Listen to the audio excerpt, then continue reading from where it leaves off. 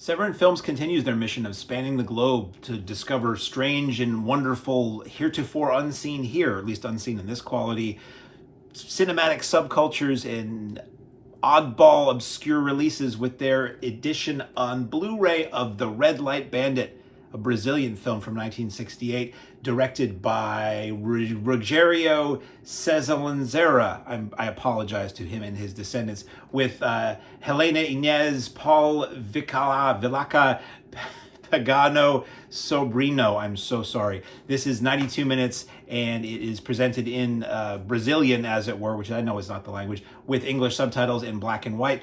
Basically, the story, it's a very like rough and tumble, oddball, sort of underground avant-garde kind of tale with the titular Red Light Bandit, who's a guy who's going around this free spirit thief and robber who's robbing people and shooting people and having fun and having his way with ladies consensually and whooping it up, and the police and the media are just wringing their hands trying to say, who is this guy and how do we stop them? That's basically all there is to it. It's very disjointed and segmented. It's got multiple narrators that are people like a male and a female narrator that are just beside themselves in panic saying, who is this man? What will he do? Why is he doing this?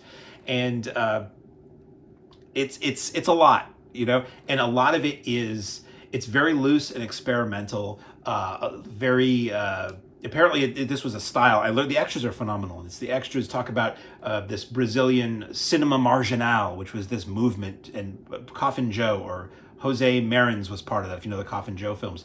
And it's very much of its time and of its place, and that might be a little hard for some people to get into. It's interesting, if not exhausting at times, because of how just breathless and all over the place it is. It features unsanctioned use of Jimi Hendrix and Bill Haley in the Comets music, which I'm glad was intact on this.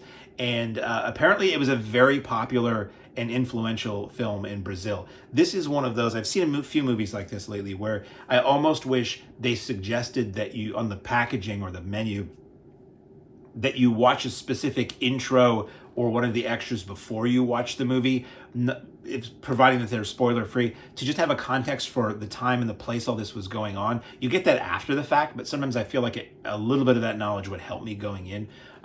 The transfer looks great. It's sharp black and white. There are events, there are moments where there are speckles or scratches or things like that, but that might have just been the original negative for all we know.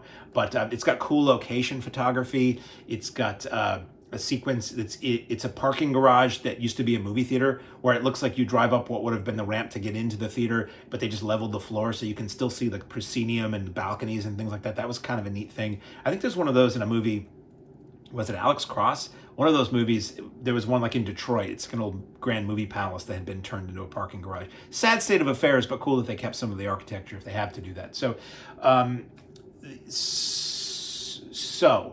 Sorry, glancing at my notes here. Bonus features. We get Cinema Marginal, an interview with producer and film conservationist Paul Sacramento. That's 31 minutes. That does a great job at just laying the context for this. Who these people were, who made it, what was going on in the country, how this fit into all that stuff, how it influenced things that came after that. You get the Anti-Muse interview with actress Helena Ignez. That's 25 minutes. You get a trailer that's 2 minutes. You get short films. It is comics by Rogério Sganzerla, 10 minutes, which is basically a history of United States comics and newspaper strips and things like that, which is just images of the comics with voiceover. You get Introduction to Horror Palace Hotel by filmmaker Denison Ramalho, that's 6 minutes, and then you get Horror Palace Hotel by Hario Ferreira, that is 41 minutes. And what that basically is, there was a film festival for a lot of these cinema marginal filmmakers in the late 70s in Brazil, and this is basically a documentary interviewing a lot of them, so you get a lot with Jose Marin. So if you're a Coffin Joe fan, you may want to get this disc just to see that. I don't know that is also on, probably not, on the Arrow set of Coffin Joe movies. And it's interesting. So if you're a fan, who is this for? If you're a fan of underground films, of like late 60s US underground films, there's hints of it being a little John Watersy, not a lot, but a little John Watersy. Hints of it being a little like early, oh boy, what am I thinking? It reminds me of like Sweetback in a way. It reminds me of a lot of stuff that was underground film here, but this is the Brazilian take on that. So packaging, as always with Severin, is really nice. You get a really cool noir-y kind of slipcase, front and back.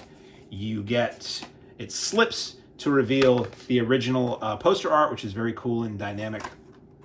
And then on the inside, you get sort of a variation on that poster art.